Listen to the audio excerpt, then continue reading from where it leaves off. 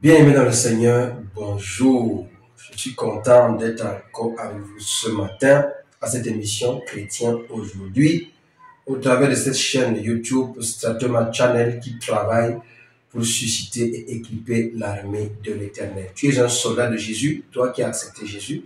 Tu es un soldat de Jésus et tu dois être équipé, tu dois être encouragé, tu dois être affermi en bonne santé spirituelle et même psychologique, morale et physique. Alors, je voudrais vraiment que vous continuez à m'encourager. J'ai vu beaucoup de gens envoyer des likes, des gens ont fait des commentaires, il y a beaucoup d'abonnés. Je voudrais que ça continue dans ce sens afin qu'on puisse avoir de l'impact sur la multitude. Je suis content. Donc, likez, partagez, abonnez-vous et commentez nos vidéos. Que le Seigneur vous bénisse abondamment.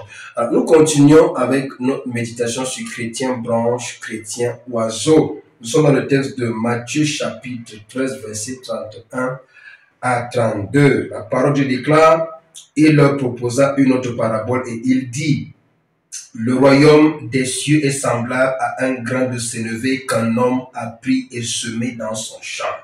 C'est la plus petite de toutes les semences, mais quand il a poussé, il est plus grand que les légumes et devient un arbre, de sorte que les oiseaux du ciel viennent habiter dans ses branches. On voit les branches, on voit les oiseaux et on voit le tronc. Dans Jean chapitre 15, le verset 1 à 2, Jésus dit, je suis le vrai cep. Ça veut dire qu'il y a le faux. Et mon Père est le vigneron. Ça veut dire que c'est lui qui vient récolter les fruits. C'est pour ça que dans Jean 15, verset 8, il dit, mon Père est glorifié en ce que vous portez beaucoup de fruits. Tout sarment qui est en moi et qui ne porte pas de fruits, ça veut dire qu'on peut être en Jésus et ne pas porter de fruits. Nous reviendrons demain. La dernière séance, demain, nous reviendrons demain. Nous allons prendre le temps de prier beaucoup pour ceux qui se reconnaissent être de Jésus, mais qui ne voient pas la fécondité se manifester dans leur vie. Demain, ne ratez pas l'émission de demain matin. Donc, il dit, il le retranche, et tout sarment qui porte du fruit, il émonde, afin qu'il porte encore plus de fruits. Nous avons beaucoup parlé de chrétiens branches. Nous sommes en train de parler des chrétiens oiseaux, et nous voyons quelques caractéristiques des chrétiens oiseaux. Hier, nous avons dit que le chrétien oiseau n'est pas issu du tronc. Par conséquent, il n'est pas de la même nature que le tronc. Nous avons dit que le chrétien oiseau cherche l'ombre. Il vient tisser son nid sous l'ombre. Donc, c'est un profiteur. Et Jésus n'est pas le contre du fait que nous venons profiter de lui, profiter de sa puissance, profiter de l'œuvre qu'il est venu accomplir. Nous avons aussi vu, et c'est là où nous sommes arrêtés hier, il ne porte pas les mêmes fruits. Vous voyez, un arbre porte des fruits. Les fruits de l'oiseau, c'est deux choses différentes. Donc, c'est deux fruits différents. Donc, les chrétiens oiseaux ne portent pas les mêmes fruits que Jésus portait.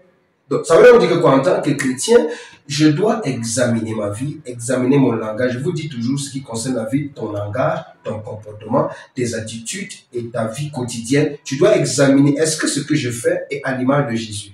Est-ce que ce que je fais reflète Jésus? Si ça ne reflète pas Jésus, ça veut dire que tu portes des fruits contraires. Tu portes des fruits contraires. Je prends un exemple dans la Bible. Une fois, quand Jésus-Christ expliquait à ses disciples comment on va l'arrêter, on va le taper, on va le crucifier.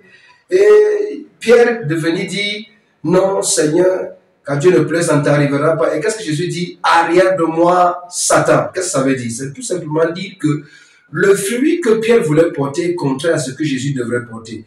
Quel est le fruit qu'un chrétien doit porter? Un chrétien doit, par exemple, porter le fruit du sacrifice. Tu dois apprendre à sacrifier ton temps, ton argent, ton énergie, même tes dons, tes talents, tes capacités, tes connaissances pour le bien des autres. Parce que Jésus-Christ racontait comment il devrait souffrir pour mon bien, pour ton bien. Donc, un des fruits qu'un chrétien branche doit porter, c'est le fruit du sacrifice pour le bien du prochain. Et quand on dit le prochain, c'est n'importe qui, parce que quand Jésus-Christ est allé à la croix là, ce n'était pas seulement pour les Juifs, ce n'était pas seulement pour les chrétiens entre guillemets, c'était pour nous tous, même moi qui suis en train de vous parler. Mais les oiseaux portent un autre fruit.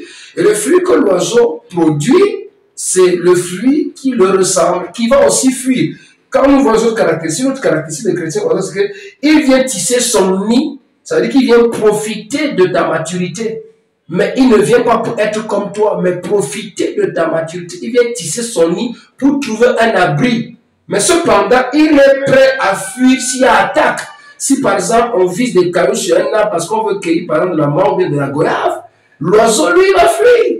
Et des fois il fuit en abandonnant même son fruit, l'œuf qu'il a pondu dans le nid. Donc le chrétien oiseau, c'est un chrétien qui est prêt à t'abandonner. C'est un chrétien qui est prêt à abandonner l'église, abandonner la congrégation, abandonner même la foi chrétienne. Il est prêt à abandonner quand il y a attaque. Ça veut dire que ce chrétien n'est pas enraciné en Jésus-Christ. C'est un chrétien qui n'est pas stable. Il n'est pas stable dans sa relation avec Dieu. C'est ce genre de chrétien qui, face à des tribulations, des persécutions, sont prêts à abandonner pour adhérer à une autre religion. Donc, je suis venu encourager quelqu'un. Peut-être que c'est ton cas, peut-être c'est de toi que Dieu parle, mais je voulais t'encourager à ne jamais abandonner, à tenir ferme dans la foi en Jésus parce que Jésus ne déçoit pas. Regarde, Jésus nous garantit la vie éternelle. Jésus nous garantit son esprit qu'il met en nous. Pourtant, son esprit nous donnait à l'époque, dans l'Ancien Testament, l'esprit de Dieu n'était donné qu'aux prophètes, aux sacrificateurs et aux rois. Vous voyez, donc, et aux anciens aussi. Mais aujourd'hui, Jésus-Christ a payé le prix que toi et moi, nous puissions avoir son esprit. Donc, il y a beaucoup de choses que nous bénéficions lorsque nous demeurons attachés à Jésus. Donc, je voulais dire à quelqu'un, peut-être que tu te sens chrétien oiseau.